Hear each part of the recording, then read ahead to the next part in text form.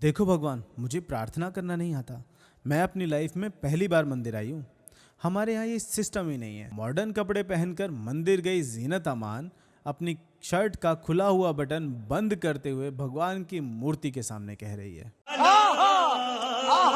आमिर खान के चचा नसीर हुसैन की फिल्म यादों की बारात में शंकर यानी कि धर्मेंद्र को सहारा देता है उस्मान, और मझले भाई विजय को सलीम, सबसे छोटे भाई रतन को नौकरानी पालती है जिसे वो रोजी माँ कहता है यानी मदर रोजी। अमर अकबर एंथनी की सस्ती कॉपी में भी 3 भाई हैं। तीनों बचपन में ही बिछड़ गए।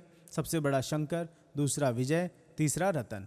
तीनों के एक पूज्य पिताजी हैं और एक पूज्य माताजी। पूज्य माताजी पूज्य पिताजी के जन्मदिन पर उनके लिए एक गाना गाती हैं जो कि इनका फैमिली गाना है। उस ज़माने में फैमिली गाना बहुत ज़रूरी होता था। परिवार किसी कारण से अगर अलग हो गया, 20 साल बाद बाप को दाढ़ी आ गई, माँ को झुर्रियाँ आ गई, तो बच्चे उन्हें पहचान नहीं पाएंगे। और बच्चे तो बड़े हो ही गए हैं तो उनकी शक्ल तो माँ बाप वैसे ही नहीं पहचान पाएंगे। अब आप सोच रहे होंगे कि बच्चों के नाम तो सेम होंगे। अरे भाई, एक तो जो बच्चों को पालता है वो अपने मजहब के हिसाब से बच्चों के नाम रखता है। अब देखिए, अमर अकबर एंथनी में मान लिया कि अकबर बहुत छोटा था और वो अपना नाम भी नहीं बोल सकता था, तो इसलिए मुल्ला जी ने उसका नाम अकबर रख दिया। लेकिन एंथनी जो अच्छा खासा 8-10 साल का था, उसका असली नाम क्यों नहीं पूछा चर्च के पिताजी ने? समझ रहे हो? समझ रहे हो आप? समझ रहे हो ना? और दूसरा कारण है कि रमेश, महेश, दिनेश दुनिया में कितने ही होंगे, अब हर किसी को तो बेटा नहीं बना सकते। तो जी, ऐसी स्थिति में पहचानने के लिए फुल प्रूफ तरीका होता है फैमिली सॉन्ग। ये कई परिस्थितियों में काम आता है। अगर माँ की याददाश्त चली गई है तो बेटा गा सकता है, जिंदगी हर कदम एक नई जंग है, और माँ की याददाश्त वापस। तो यहाँ माँ का गाना था, यादों की बारात निकली है आज दिल के द्वारे। 90 के दशक के बच्चों का अंताक्षरी का फेवरेट गाना। या से अगर अक्षर आया है तो पहला गाना यही होता था। तो चलिए, माँ गाना गा लेती है। पिताजी किसी सेठ के यहाँ गए हुए हैं, वहाँ उनसे शाकाल टकराता है तो पता चलता है कि सेठ का खून करके भाग रहा था। मारने के लिए वो अपने साथ 2 पंटर भी लाया था। एक का नाम है जैक, ये एक प्रेमदूत है और हर प्रेमदूत की तरह ये क्रॉस पहनता है और हर बात पर जीसस बोलता है, और मैं नहीं करेगा, मैं उधर जाएगा, ऐसे बोलता है। तो प्रेमदूत है तो दया तो होगी ही उसमें। वो शाकाल से कहता है, मैं तुम्हारे साथ चोरी करने आया था, लेकिन बाय गॉड मैं किसी का जान नहीं ले सकता। हाँ, बुरा हो सकता है लेकिन इतना बुरा नहीं। शाकाल कहता है, अब तो करना पड़ेगा। पूज्य पिताजी ने खून करते हुए देख लिया है, अब तो उनको भी मारना पड़ेगा। तो शाकाल ने माँ बाप को मार दिया।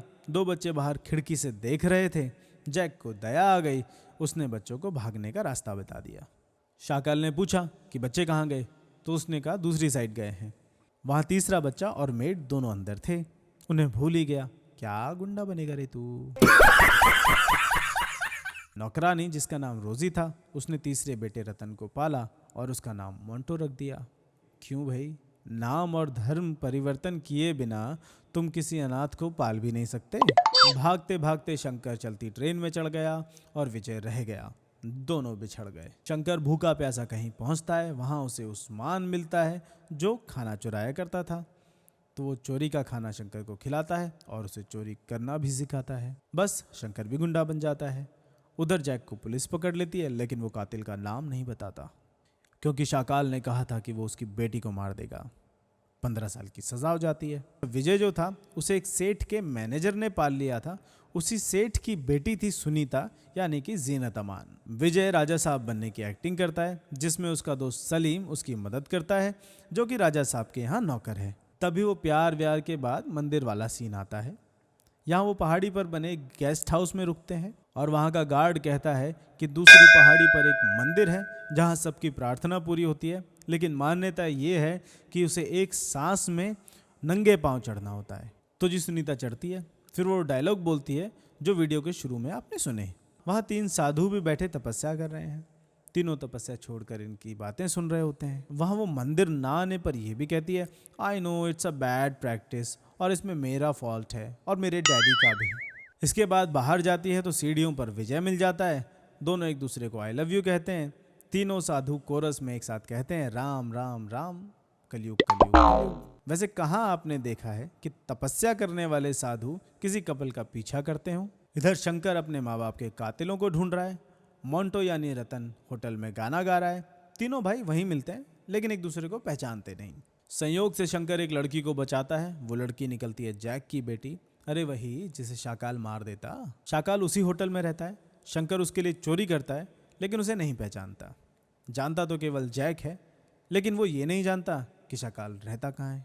तो वो शंकर को दुनिया का सबसे बड़ा हिंट देता है, जिससे गूगल से भी जल्दी किसी आदमी का नाम, पता, मोबाइल नंबर और फेसबुक आईडी का पासवर्ड मिल जाता है कि शाकाल एक जूता 8 नंबर का और दूसरा 9 नंबर का पहनता है।